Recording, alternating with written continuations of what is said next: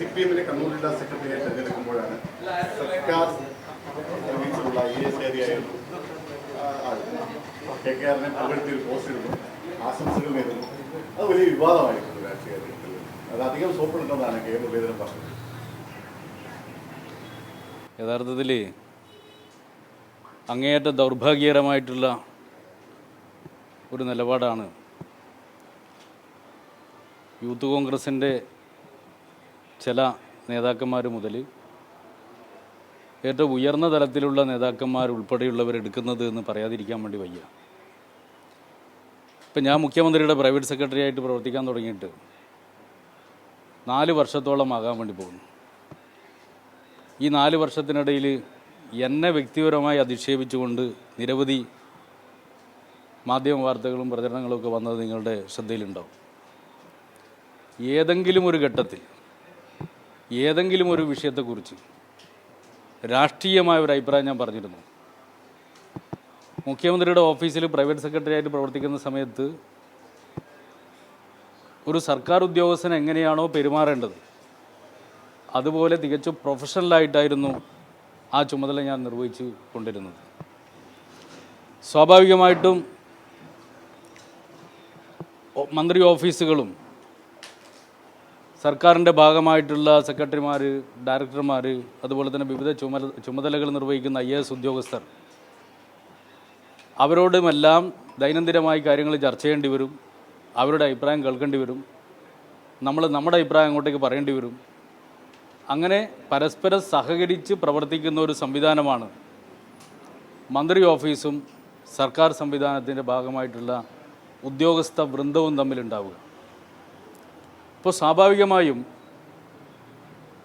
പരസ്പരം അഭിപ്രായങ്ങൾ കൈമാറുക, നിലപാടുകൾ പരസ്പരം പങ്കുവെക്കുക. അതിൻ്റെ ഫലമായി ഓരോരുത്തരെക്കുറിച്ച് അവർക്കൊരു ധാരണയുണ്ടാവും. ആ ധാരണയെ അടിസ്ഥാനപ്പെടുത്തിക്കൊണ്ട് ഒരു IAS ഉദ്യോഗസ്ഥ ആ കാലഘട്ടത്തിലുള്ള എൻ്റെ പ്രവർത്തനത്തെ സംബന്ധിച്ച് നല്ല വാക്കുകൾ പറഞ്ഞത് ഇത്രയധികം പ്രകോപിപ്പിച്ചതൊരു വല്ലാത്ത അത്ഭുതകരമായ ഒന്നായിട്ടാണ് എനിക്ക് തോന്നുന്നത്. നമ്മളെ സമൂഹം അല്ലെങ്കിൽ രാഷ്ട്രീയ നേതൃത്വത്തിൽ ചിലരെങ്കിലും എത്രമാത്രം സങ്കുചിതമായി പോകുന്നു എന്നതിൻ്റെ വളരെ വേദനിപ്പിക്കുന്ന ഒരു ഉദാഹരണമാണ് ഇപ്പോൾ വന്നിട്ടുള്ളത്. നല്ല വാക്കുകൾ പറഞ്ഞതിനാണ് അധിക്ഷേപത്തിന് വിധേയമാകുന്നത്. നിങ്ങൾ ആരെക്കുറിച്ചെങ്കിലും തെറ്റായ കാര്യങ്ങൾ പറഞ്ഞാൽ നമുക്കെല്ലാവർക്കും സന്തോഷമാണ്, നമുക്കെല്ലാവർക്കും ആഘോഷിക്കാം. നല്ല വാക്കുകൾ പറഞ്ഞാൽ ആ നല്ല വാക്ക് പറഞ്ഞ ആളുകൾക്കെതിരായിട്ടാണ് അധിക്ഷേപവും അക്രമവും നടക്കുന്നത്. അങ്ങേയറ്റ ദൗർഭാഗ്യകരമായിട്ടുള്ള ഒരു കാര്യമായിട്ടാണ് എനിക്ക് ഇതിനെ തോന്നുന്നത്. അതോടൊപ്പം തന്നെ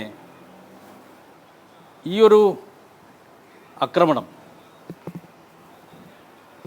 ഒരുപക്ഷേ ഒരു സ്ത്രീ എന്നുള്ള നിലയിൽ സ്ത്രീ ഇങ്ങനെ ഒരു പോസ്റ്റ് ഇട്ടപ്പോൾ അവർക്കെതിരായി നടത്തുന്ന വ്യക്തിപരമായിട്ടുള്ള അധിക്ഷേപം എത്രമാത്രം, സൈബർ ബുള്ളിങ് എത്രമാത്രം അപമാനകരമാണ്. ഏത് കാലഘട്ടത്തിലാണ് നമ്മൾ പോകുന്നത്? അങ്ങേയറ്റ പ്രാകൃതമായ മനസ്സിൻ്റെ ഉടമകൾ മാത്രമല്ല ഇങ്ങനെയൊക്കെ പ്രതികരിക്കുള്ളൂ. ഇത് സൈബർ ഇടങ്ങളിൽ ഒളിഞ്ഞ് നടത്തുന്ന പ്രതികരണമല്ല. ഉയർന്ന ചുമതല നിർവഹിക്കുന്ന നേതാക്കന്മാരുൾപ്പെടെ ഇത്തരത്തിലുള്ള പ്രതികരണം നടത്തുന്നത് അവർ സ്വയം ആലോചിക്കണം. രാഷ്ട്രീയ പ്രവർത്തനമെന്ന് പറഞ്ഞാൽ ഇങ്ങനെ പ്രതിപക്ഷ അല്ലെങ്കിൽ വ്യത്യസ്ത രാഷ്ട്രീയ അഭിപ്രായമുള്ളവരോട് വിദ്വേഷമാണോ കാണിക്കേണ്ടത്? നമ്മുടെ കേരളത്തിലെ തന്നെ എത്രമാത്രം രാഷ്ട്രീയ അനുഭവങ്ങളുണ്ട്. നേതാക്കന്മാർ വ്യത്യസ്ത രാഷ്ട്രീയ അഭിപ്രായം ഉണ്ടാവും. ആ വ്യത്യസ്ത രാഷ്ട്രീയ അഭിപ്രായമുള്ള ഘട്ടത്തിൽ പോലും എങ്ങനെയാണ് വ്യക്തിപരമായി ഓരോരുത്തരും പരസ്പരം ബന്ധം പുലർത്തിയിരുന്നത് എന്ന് നമ്മളെല്ലാവരും കണ്ട് പഠിച്ചതല്ലേ. ഇപ്പോൾ ഞാൻ വ്യക്തിപരമായിട്ട് ആരെക്കുറിച്ചൊന്നും പറയാൻ ഉദ്ദേശിക്കുന്നില്ല. പക്ഷേ ഇത്തരം അഭിപ്രായം പറയുന്നവരുടെ മുൻ തലമുറയിൽപ്പെട്ട തലമുതിർന്ന നേതാക്കളുണ്ട്.